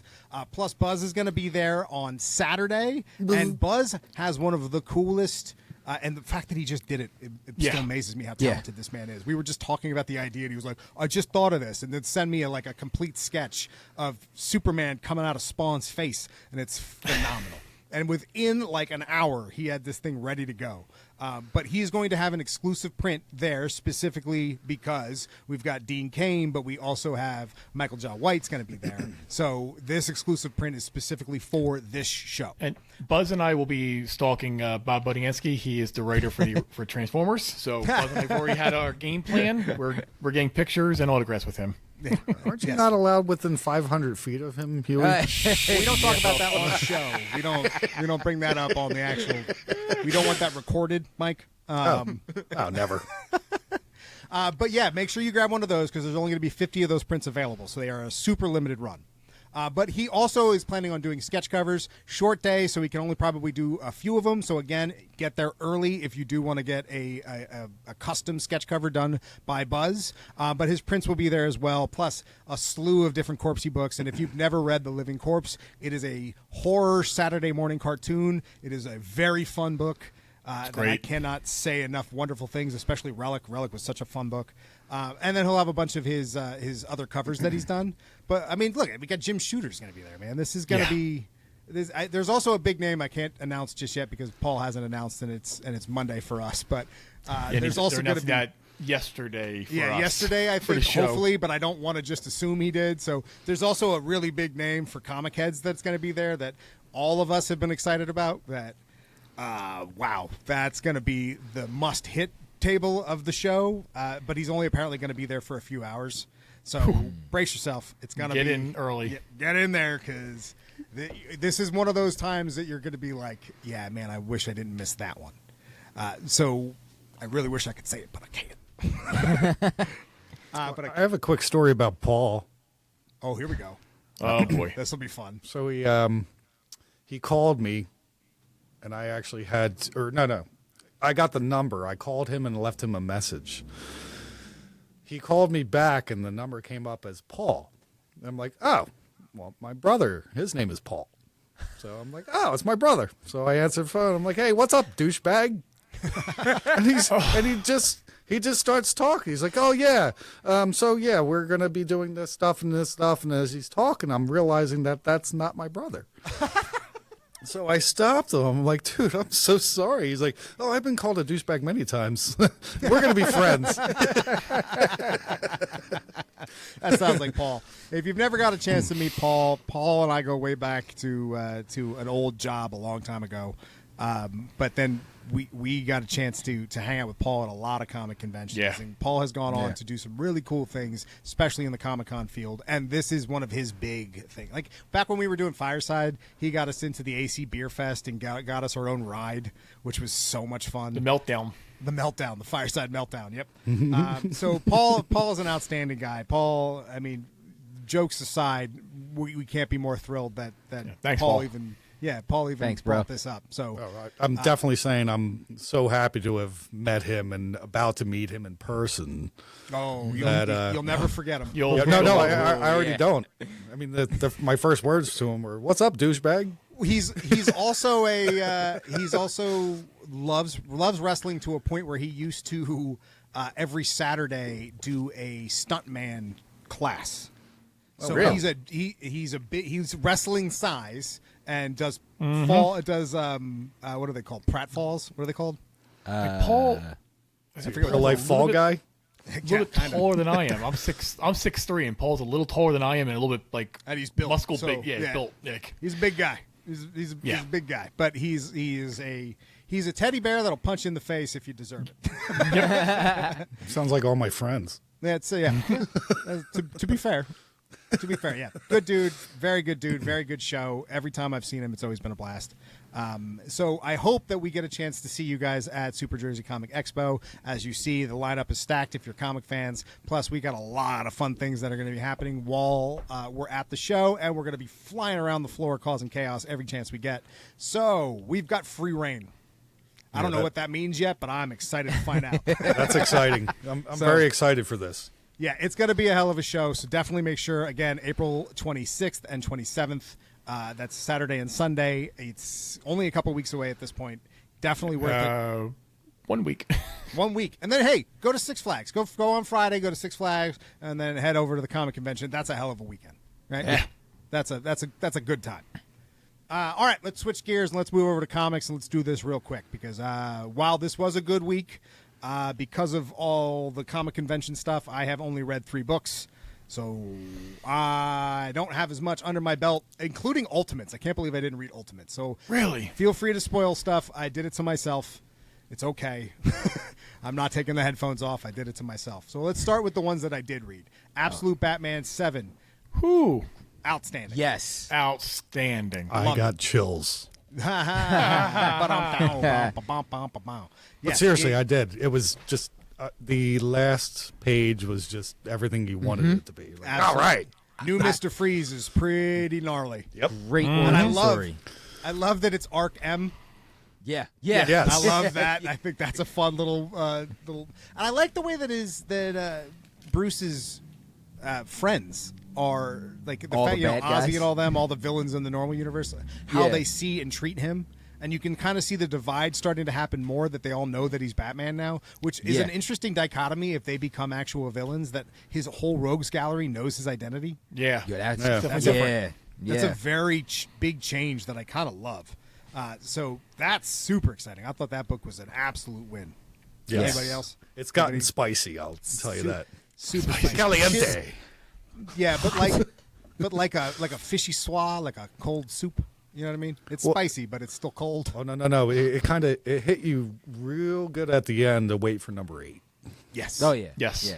Yes. And the backstory to Mr. Freeze is tragic. Yes. Really Oh, well yeah. done and really interesting how they're pulling this character off. Now, how he has the kind of funding he does for Arc M is, I'm not sure yet, but I guess we'll find out through the story. But it is... Well, the Arc M is being done by JK Construction, which is got to be the Joker. Oh, right. Oh. Right, 'cause he's the millionaire or billionaire in this story. Yeah. Oh, that's right. Right. That That's could be interesting. a shell company. That's a really That's interesting. what I'm thinking. That's a smart idea. I like that idea a lot. All right. Well, then Mic drop. let's switch gears to Amazing Spider-Man #1. I don't know, man. I picked it up and thumbed through it and put it back down. I read it. Thanks, I Mike. liked- It had three stories, all of which are obviously setups for what the new arc is. I liked the first story though. I really liked Peter trying to find a job, like that whole Peter trying to find a job and not Well, we've being able done to that land before. one. Sure, but that's okay. Yeah, it wasn't makes he sense. Always to kind where of he is. jobless. Yeah. Yeah. Well, that's what we're used to. But unfortunately, Marvel doesn't want him to stray too far away from that. I mean, that's on the Amazing Spider-Man book. Yes, I get that. You got to kind of stay true to the the original. I would argue you The don't. good old I would- Parker But look. I agree with that. But that's why you have the Ultimate Spider-Man, Right. which is I'm loving it. Ultimate Spider-Man should be the main Yes. Spider-Man story at this point, because at this point he's so old that this is what his age would be. Honestly, Yeah. It makes more sense for him to have kids and be the Ultimate Spider-Man. if it was really like that, his kids would be. Yeah, it's true. That's also true. Yeah. That's also true. Ultimate Spider-Man is definitely the bigger book worth reading right now, but I did like I did like Amazing Spider-Man Amazing. #1. I didn't hate it. I thought it was a nice setup. I thought the Green Goblin story was interesting. I thought him, trying to turn over a new leaf and not being accepted because he was such a horrific villain for so long that people are not accepting him as a hero. I thought that was interesting. The other villain they tried to introduce at the end in the third story, I don't think was necessary. Like, I don't really care who that God guy was at the end. Hell's Gate. Whatever. Yeah, God I don't guy. care. Who are you, God guy? What you God doing guy. here? But it's enough I for don't me like to your at least helmet. check out. It's enough for me to at least check out issue 2, and it's definitely been better than it has been.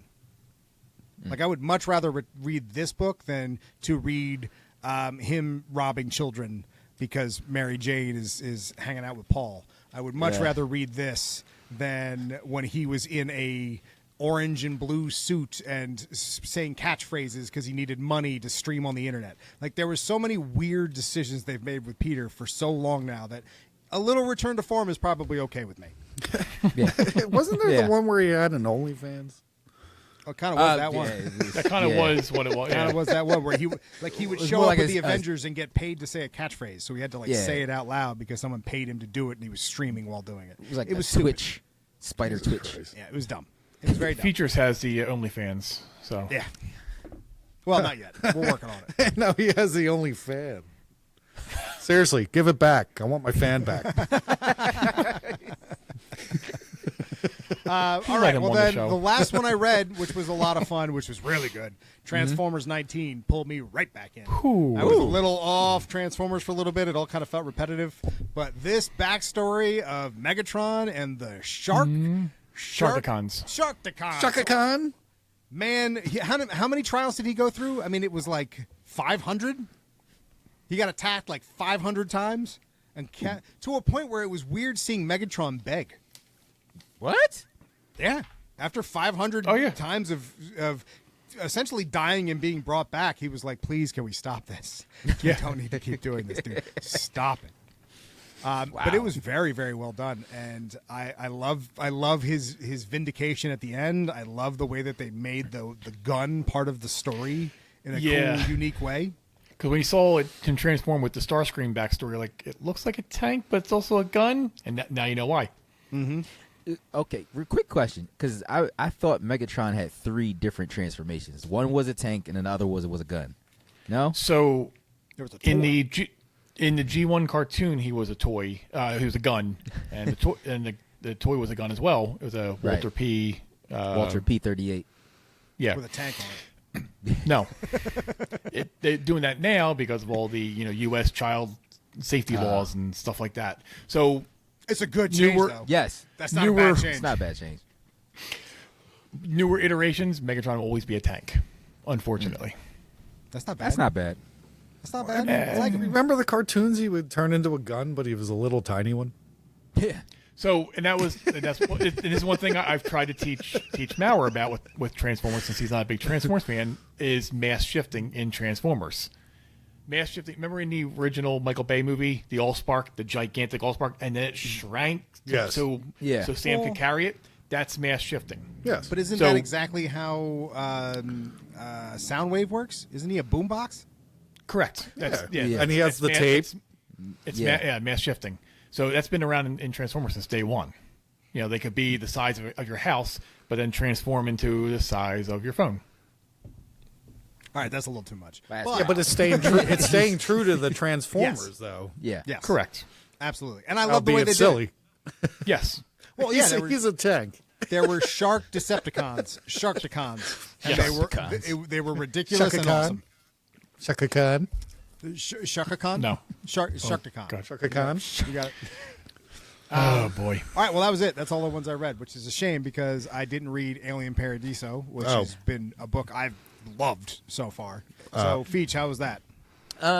Alien Paradiso, it felt like it was a good way to end the book, but it felt to me a little underwhelming. But the book itself was still good.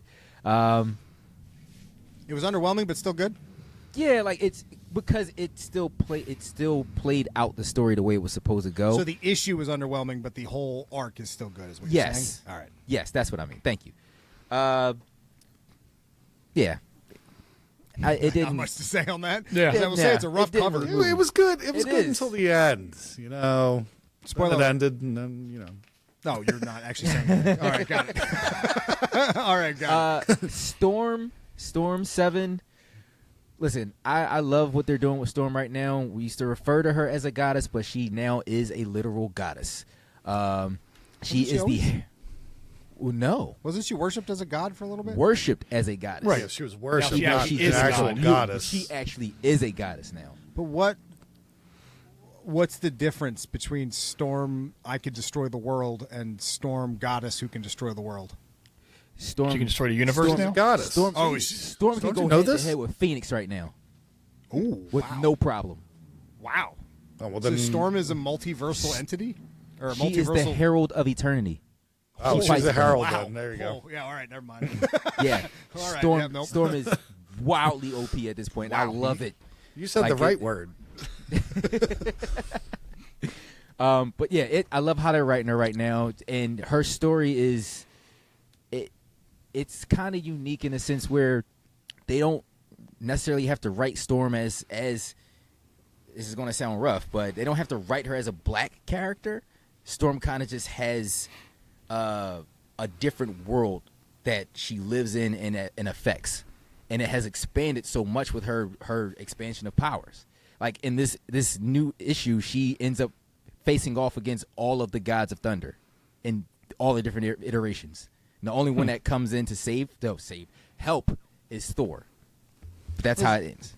Which is great that dichotomy exists, because you got the Captain America book with Sam Wilson, which just felt heavy-handed, and Yeah. and then to hear that for Storm, it's like, all right, so we have the times where Miles is Thor, and everyone's like, why are we talking about the Asgard hood? Like, what are we doing? Asgard hood. What are we doing here with the like? no, I'm seriously, not though. making that up. He's They not did that. joking. Remember, he had Captain graffiti. America had a space farm. Right, that's what I'm saying. The Captain America book is not done well. The He new had a Captain space- America book is. Yeah, I didn't want to. I know. We're not going into that. No, but I can see why people are Was I annoyed baiting? by that Yes. book. I can see why that book is not on everyone's read list right now, and I'm Yeah. happy that it is with Storm. And I think Captain America is not for the same reason that Miles Thor book wasn't. Like the moment you put graffiti on Mjolnir to go like that connects to the black youth, right? It's like guys, what are we doing? Yeah. Yeah. Why would we make that choice? Why? Or is a Black Panther in the crew, and you're like, Yeah. remember that one? Yeah, I couldn't pick that one up just because of the title. The crew? Really? What are we doing? But that's good. That's good. Now, Baby Huey has so far 3 times tried to hold up the Ultimates book. So Yeah. let's go ahead and go into Ultimates 11, because he's trying desperately to talk about this book. What did I miss with Loki? So this is basically an Ultimate Thor book. Yeah. Okay, cool, because the last one was Ultimate Captain America and was awesome. So was pretty this dope. one, yeah, this is Thor and Sif going back to Asgard and the 9 realms actually, and building their army to overthrow Loki. That's cool. Yeah. And you also find out in this, for spoiler alert, that Loki beheaded Odin. Odin? Yeah. Odin. Odin's head is on a spike next to the throne. It's crazy awesome. when you see it. Wow. It's crazy. And how about this for us? For the ending is we're getting a little replay of Ragnarok. Yeah. He's making a deal with Surtur. Oh, Yeah, he cool. is. Oh, Yeah. He's That's like very burn it cool. all down. He Which is burned it all crazy down. for Thor to say that Dude. about Asgard. I know this has nothing to do with Thor and Asgard, but I just had a thought for the Ultimates book.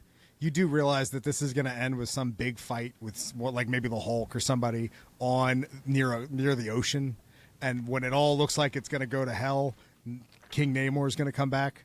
You know that's going to happen. You know think? that they're going to give Namor a big moment. Yeah, why else would they push Why him not? into the ocean? I have a feeling that might be when they do the crossovers.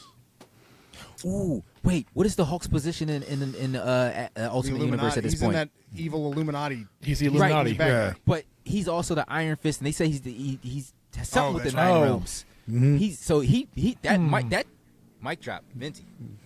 I'm seeing Namor getting Menti, that was me. Mike drop Mike. Mic drop Mike. So I'm happy that Ultimates is still doing good because Ultimates was becoming the book to drop for a little bit there. Outside I will say this like I said, this was very a Thor book, so the dialogue in it is very Thor. So it's a lot of Thous reading, and like, those and- yes, Yeah, at least they Well, stayed true to it. Yeah, it's a lot of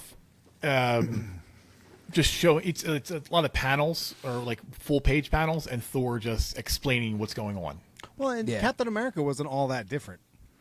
yeah, Like but that last Captain America book where they were kind of showing how the Ultimates universe and how it adapts the Captain America universe. I guess we'll say that sounds dumb. Yeah. But the Captain America mythos into the Ultimates world, just how this Thor book is doing the same. So it's good that they're doing that because I feel like those two characters are just underutilized. It feels like Yeah, it's I don't know. This book feels like it's all over the place, and I'm Well, 'cause happy in these last couple issues have been something worth reading. because the problem is a lot of these characters only have this book, so it's hard Yeah. to give each guy their own time. Right. yeah, Right. And also do a story that's going to build up to the Maker coming back. Sure. They have a lot of stuff to do. it Yeah. feels like it's written out almost like a Tarantino flick. It's just you're seeing different segments in different places, and it feels kind of odd right now. What if when the Maker comes back, he just messes them all up, and that is the end of the Ultimates, and then one of them dies, and then they form the Avengers. Okay, Yeah, but they okay. could do Ultimate. They could do Alright, so Ultimate for the- Avengers. Ultimate Avengers. Yeah, but the Ultimate Universe, you still have the Ultimate X-Men. You still have Wolverine now, The best. which is Yes. so good. The best. Oh my god, I get chills. But But as far as that, all right, so we're only on 3 or 4 of Ultimate Wolverine. This is number 11 of the Ultimates. We're on 15 already of Ultimate Spider-Man. Mm-hmm. Where are we at with X-Men? 12 or 12? 13. 12 or 12, 13. yeah. They And came out then like tied very with close. Spider-Man, I think, right? It Yeah. should be Yeah. about with Black Panther. And Black Panther, actually, Black Panther and X-Men were together. Spider-Man So it came should out be first. about The other ones 13, were like 14 a month then. or 2 months later, or they came out in succession. Yeah.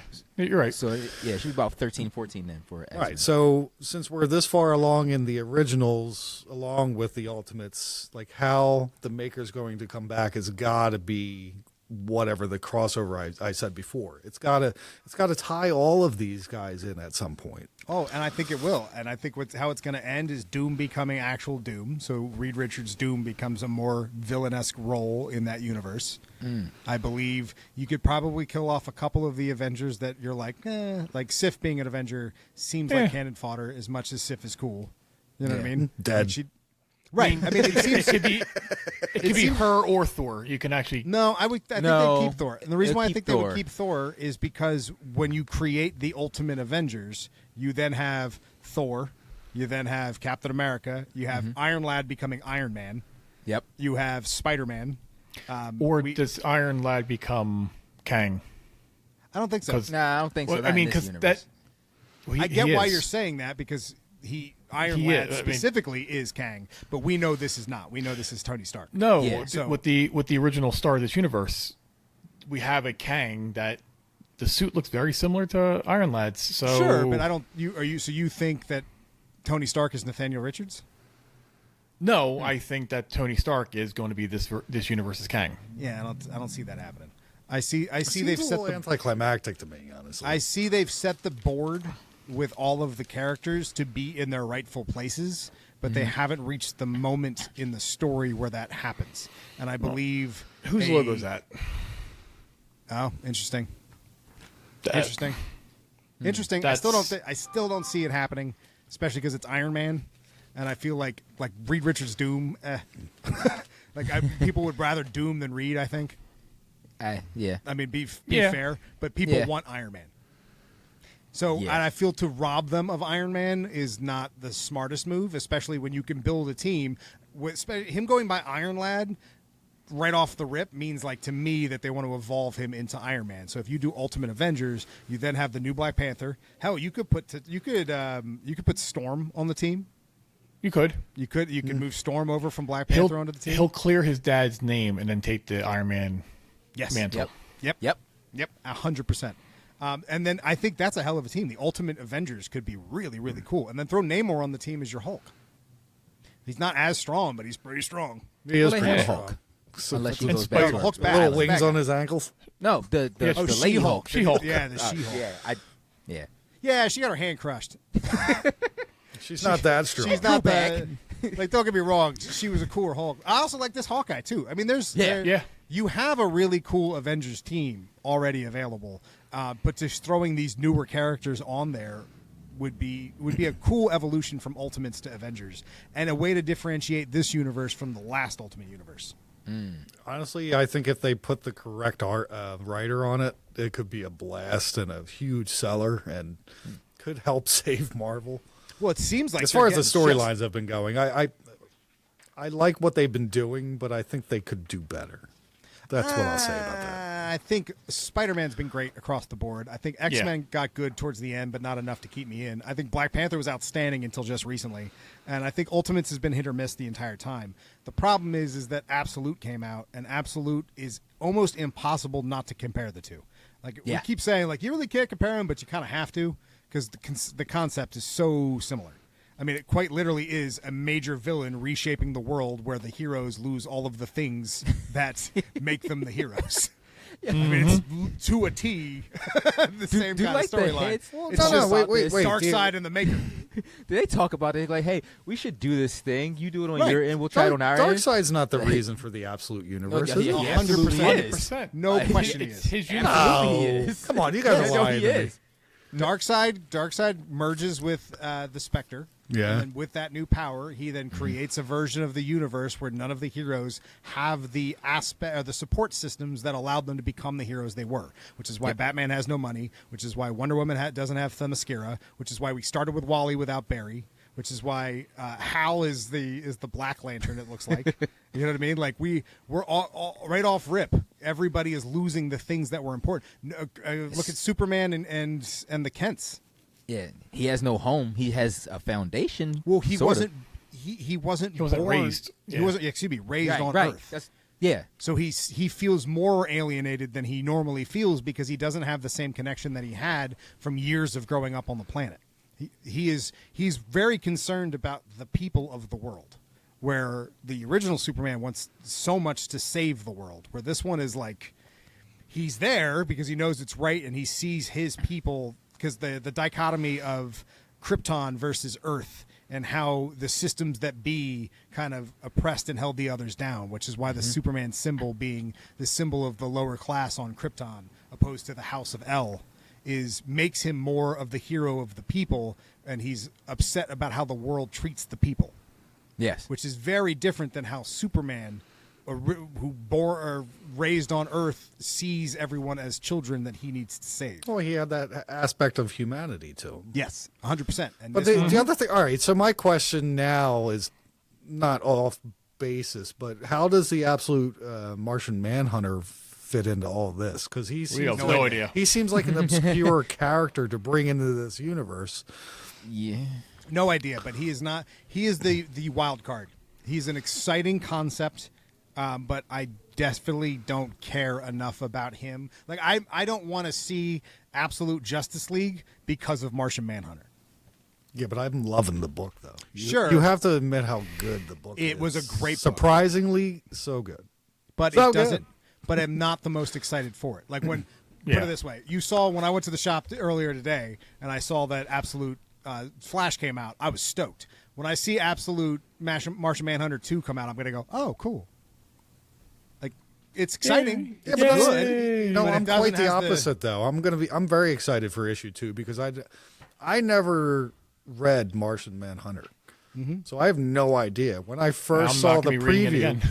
when Oh, I saw, I'll read it wow, yeah, that's Wow, I seriously? did not. That's my bottom of the absolute right now. different. Wow. See, Wow. I had the same type of feeling because I read the preview, and it was Yeah, the only preview that wasn't great. it was 5 pages, and you're like, what is this? Like you heard But I me. love the art, But and I love the chances they took. And I read the book, and it's just so different from my Yeah. opinion of it. First off, it's and their use it's of good. color. Just enjoy storytelling wise alone. It's great storytelling, but their use of panels and color is something unique. Yes. and I really Yeah. like that. Like the I- Wonder Woman books had kind of janky art, but the panels were outstanding. The way they played around with panel design was something very cool. Yes. but the art wasn't as great. Now we have more of a traditional looking Wonder Woman book, but the art is outstanding. This Yes. new arc that's coming out. Yeah. So, Martian Manhunter is the wild card. I think Green Lantern is the one I'm most excited for, just because of that Same. hell of a reveal with Hal. But I'm a huge Flash fan, and I'm not a big Martian Manhunter fan. He's cool, but he's like I'd rather Superman. Yeah. Yeah. To be honest, it's an abstract retelling of an origin that I never really cared about, and it's learning Is that his more about origin? this version. I don't know enough about Martian Manhunter's origin to even say is how close of the book this is. I don't think it yeah, I don't starts think it's off close. as his origin like that because he wakes up from an explosion and doesn't remember. Right. Yeah. But also, like, they're what they're is not the doing an thing- origin. Basically, it's like the Martian has been haunting him after the explosion, and that's why he can smell the colors smoke. and stuff coming off of people.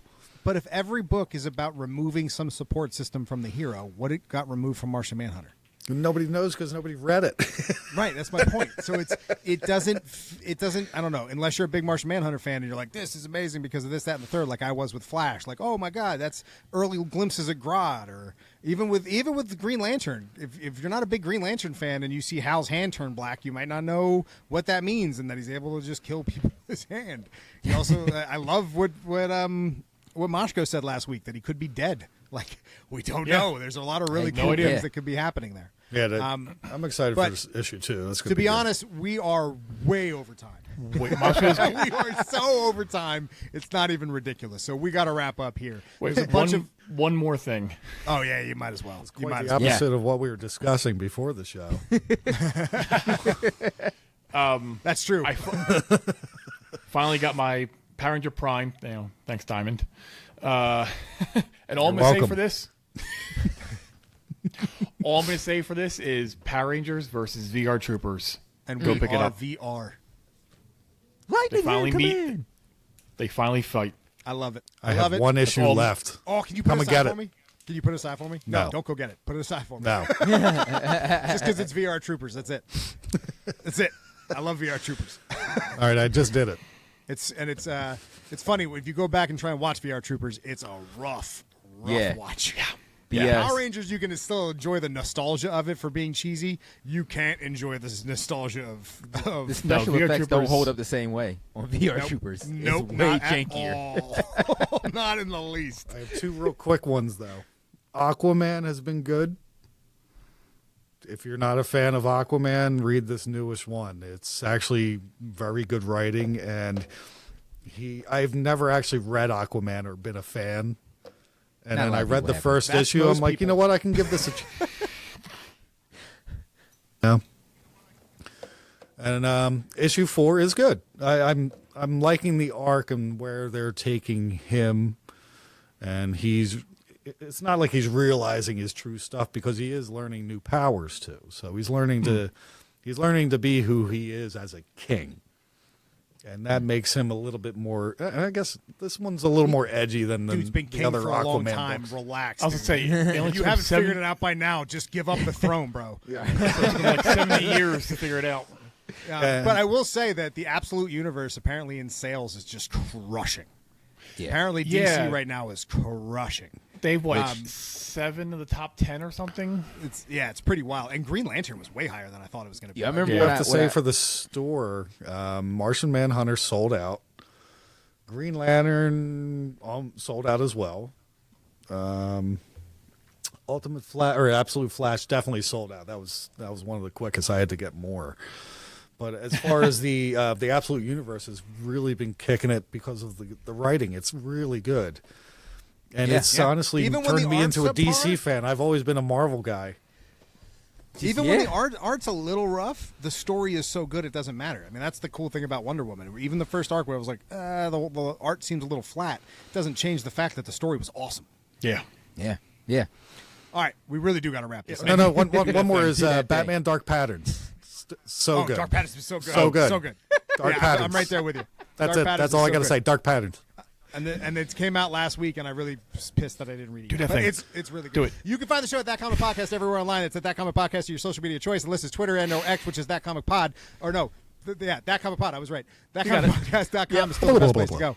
Act like But you've by done all this means, before.